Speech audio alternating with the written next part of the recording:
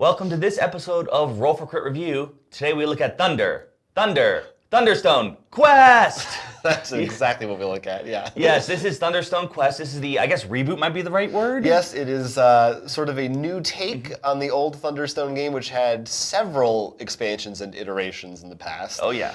We are fresh to this version of the game, so we could speak a little bit to some of the differences later, but as far as playing goes, this was our first foray into the world of Thunderstone. Yeah, we sort of came in like literally right when they said, we're done. So it was like, well... We just missed it. So this is the brand new version that was kickstarted. As you can see, there's a whole big old board. Mm-hmm. There's a whole bunch of cards at play. The box, you can see that lid on our shelf. It's huge. Big old box, lots of content.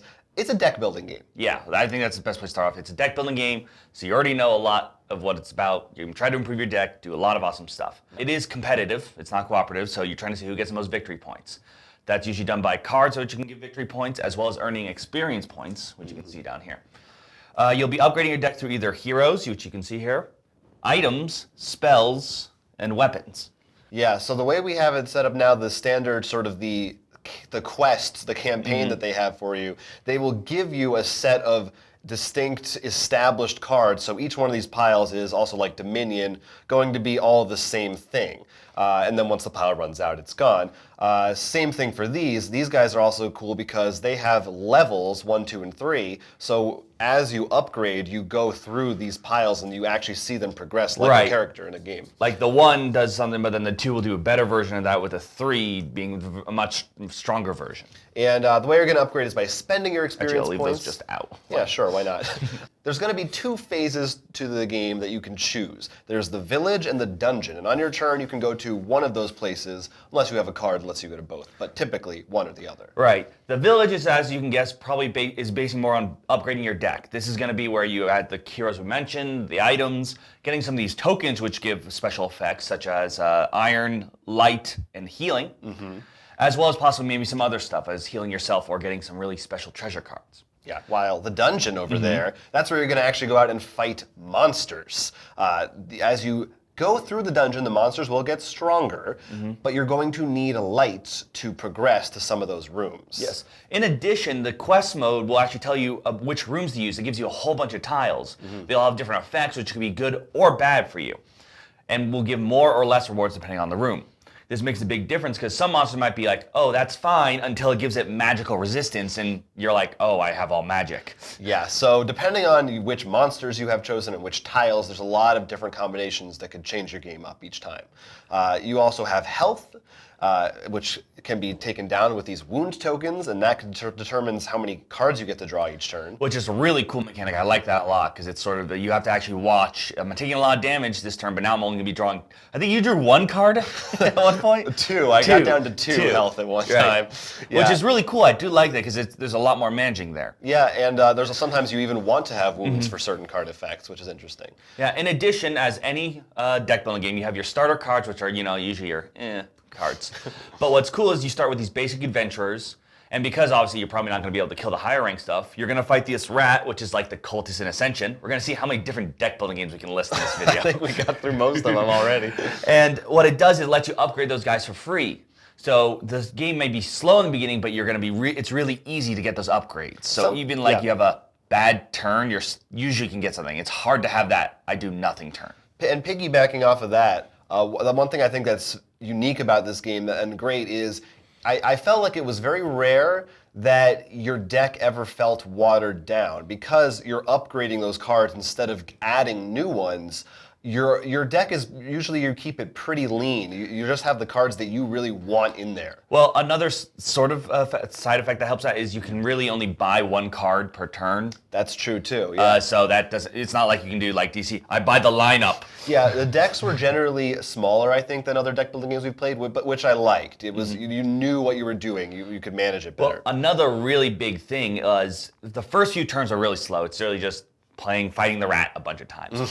But all of a sudden, it seemed like it was really hard for players not to do this, unlike the other games I feel. Is like, I'm playing all these cards and now I have like 20 attack. It's those big turns seem to happen a lot more. Yeah, so if you're someone who is not a fan of when other deck building games, you have a lot of turns where you're just, I drew a bad hand. Of course, that's going to happen in this game, maybe several times, but it did seem like more often than not, you were able to get off those combos. And like you said, I think because you're able to, also because, like Dominion, this set things are out, at least in the typical game format. So you're able to plan ahead and be like, you know what, I'm going to go for mages and spells. They bounce off each other, and that's what I'm going to do. So you don't have to worry about other stuff getting in there to clutter it up as much. The combat, I guess we could explain a little bit too. It's because that's interesting because you actually can assign weapons to your heroes. They hold them based on how much banner power they have. Yeah, in fact, they don't do anything unless that. So there is some, you have to manipulate heroes, but you can make it so they can hold more, which is really cool. Another interesting thing is, I know this took us a while to understand. When you go through the dungeon, depending on how much light you have, you just go wherever you want. As far as you can get, where you want to get. So it wasn't like I have to fight this, then this, then this. Of course, there are some rooms too, which is really cool, or enemies, like this guy here, which actually will be like, stuff will happen when you enter this room. So you could have to think maybe you have to do a zigzaggy thing, which may require more light. Yeah, it doesn't go quite as far as Clank, there's another deck building game, in terms of that board where you're moving around, but the dungeon does add a nice kind of bit of visual aid that makes you feel like it's not just a deck building game, you are kind of in a space and you are moving around. It makes it feel more dynamic, which I appreciated. The game ends once you've revealed a certain number of key cards that are hidden in these decks. There's more in the lower ones, so you will have to go down there eventually. Yeah. And whoever has the most points between these little experience points or the numbers on your cards, like here, wins. However, there will be a final boss fight once the 4 keys are revealed. Much like Legendary, the final fight, you actually flip over the rat, and there will be some weird boss for you to take on. Yeah. And what's really cool about that is we've played Legendary. We like Legendary a lot. But those final turns, sometimes you can just be like, of course, this is when I get my mediocre hand. In this, before anyone gets a chance to fight it, everyone draws 6 cards and discards 4. So you have a really good chance to really maximize your hand, which I think is really nice because that's, of course, the one time you want to feel really good. Yeah, they give you that last final turn where, a lot of deck building games, sometimes like, well, the game just ended and too bad your last turn just sucked, so you're out of luck. Yeah, so they give you that feeling. I mean, it could still happen, but they really help you get that last final power push. So we've mentioned every other deck building game in existence. We hadn't played the original Thunderstone, but compared to all those other deck building games, how do we feel? What do you think about what this brings new to the table? What did you like about it? Well, the room style I really liked a lot. I do like this a little bit more. I like the Clank style because it's bigger, but this feels more interesting. Some of the rooms. Okay. And depending on how you read them, you might build your deck differently. I mean, having more big turns just feels great. Yeah, at first we thought maybe we were doing something wrong because we felt so powerful, or like, oh man, you just like jumped into this crazy snowball effect. You found like the best deck of cards. It's like, oh no, I'm doing the same thing. It's fine. At first I don't know what it was. I think it was just wrapping my head around the system of village, dungeon. There's certainly more to take in than your typical deck building game. But after that, the game really grew on me pretty fast. Being able to just maximize what you have in your deck and specify what you're going for, along with, you also have, we didn't mention this, your guild card, which gives you another little customization effect, and a side quest, which gives you kind of something else you want to try to do. Yeah, they're pretty much decided in the beginning of the game, which could sort of, I guess, focus you early on, which is definitely cool. Yeah, so you kind of have more goals early on of what to do. I really like that aspect of it. No, I mean, it definitely does a lot more, and I'm a big fan of the hit point system because the whole idea where there's a lot more hand management is definitely a cool thing, and helps I want to say, press your luck of how much damage you think you can get away with. Yeah, definitely, because if you stay in that dungeon after you kill something, you can keep fighting turn to turn without having to spend more light, but you keep racking up damage, eventually you're going to have to bounce back to here. Well, one of the big issues, though, with when you have so many big turns, though, is unlike both Legendary and DC, which are usually the bread and butter ones I think of for deck building, you can only kill, usually, I'm sure there's cards that say otherwise, kill and buy one thing. So sometimes when you get that big turn of either money or attack, you're like, a lot of it's wasted. That's true. So there's definitely times where I'm like, oh, I have 15 gold. Oh, everything costs 3. Which is mitigated a little more in this mode where the set decks are out because you're always going to have 1 or 2 expensive cards. The other one is called Epic Mode that you were talking about earlier, where it's just a random mix. There's only one of each type. This actually carried over from the other one that was made by fans. Yeah, so they've embraced that, which is cool. We tried both modes. I liked both of them, actually. Yeah. I really liked both, but my one thing that I think was a side effect of Epic Mode was the game seems to take a lot longer. And I think it's because you couldn't build those combos as effectively because the cards coming out are random. I will say, in that game, both these decks of keys are on the bottom. I agree. So, it was a bit of bad luck. Well, I think one of the reasons, too, is I love Epic Mode because I see so many different things, like different heroes, different weapons. You're like, oh, I can do all this fun stuff. But because I feel the game, I would say the core rules are this style.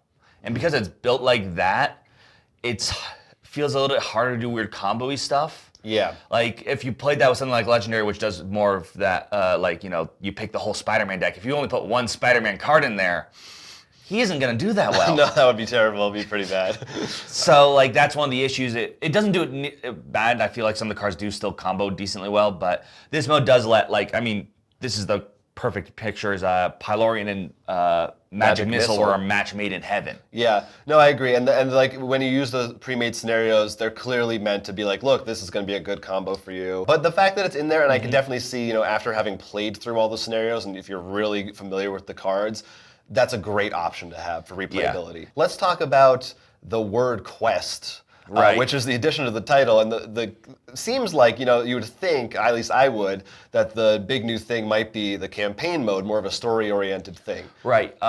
This version, and I got the Kickstarter with all the stuff, comes with a bunch of, in essence, I want to call them campaigns. They're about, I think most of them are 3 stories each, and they tell you the setup of cards, and usually you only pull from that set. But when playing it, we noticed it read the first part of the book and find this mirror and doing stuff, and then just gave up setup and that was it. It wasn't like special rule, shuffle the mirror into the enemy deck. You have to find that before you can end the game. Yeah, you're not going to get anything like a Descent or anything like that where it really feels like you're continuing a story and your progress map. You could easily pick any of these scenarios. Right. I mean, the only thing would be the difficulty level advances a little bit each time. There's also technically a mode where you can sort of keep your deck through and you keep one card upgraded over. But once again, that's not really there's not an end epilogue, or it's not at least the ones we played, there wasn't some special rules that made it really feel that's this story. Yeah, I mean, like you said, you can choose a card to keep for your next playthrough, which is nice. I do like that. That's something we actually wished was in Shadowrun. I did it. I named the last deck building game. We can go home. But yeah, it's a little underwhelming if you're really looking for a campaign. It's more just a bunch of scenarios and flavor text, which is it's all right. So, but that aside, the game itself kind of took me by surprise. I really, really liked it. As far as deck building games goes, it's close to the top of my list, honestly, right now. It definitely stands out of the pack, which is a good thing, because deck building games, which I do enjoy a lot, but it's one of those things that's very easy to just skin over and stuff, so it's hard sometimes to be look at me, I'm different enough. Our crits and misses for Thunderstone Quest. For crits, there are some really unique systems involved in the game, such as leveling up your heroes, dealing with your health, and progressing through the dungeon tiles. In general, as you play, your cards are going to feel more powerful compared to other deck building games. You feel like you get more combos off and that your deck is not watered down very often. The side quests and guilds cards add some cool customization to your character. Yeah, it's always nice when any deck building game has something that really starts you off in the beginning with a path, because it really gives you something to go forward to and you feel excited to go for it. Multiple scenarios, as well as the epic variant, add a bunch of replayability to the game. For our misses, one of the big things we noticed is the quest campaign mode didn't really seem to actually matter and connect between each scenario. It definitely feels like they could have put a little more effort into making it feel like a campaign, which would have been cool. While we enjoyed having a lot more of those huge hands and awesome turns, because you can only fight and buy one thing on average, it sort of felt like they fizzled a bit more. Yeah, sometimes it's a little sad you don't get to use your full potential.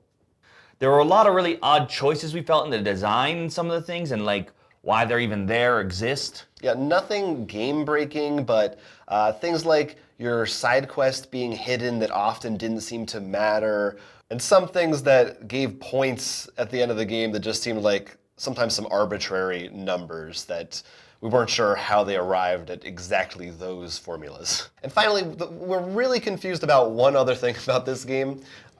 These tokens here are referred to as iron rations. They really look like bread. They look a lot like bread. The artwork. Yeah, the picture does not help. Looks like bread. I was confused. Maybe it's a typo. We thought maybe someone at the factory shipped them the wrong tokens. I Googled pictures of iron to try and figure out where the connection was. But it could just be bread. You can just pretend it's bread if you want to play. But yeah, like we said, we both really, really enjoyed Thunderstone Quest. Yeah, it definitely stands out in the pack of deck building games. So definitely something worth checking out. Check us out elsewhere on our channel. Leave a comment. Tell us how you liked Thunderstone Quest or didn't. I'm Jonathan Estes. I'm Will Keeler, and this has been a Roll for Crit review. Don't forget to like and subscribe and leave some comments down below. Yeah.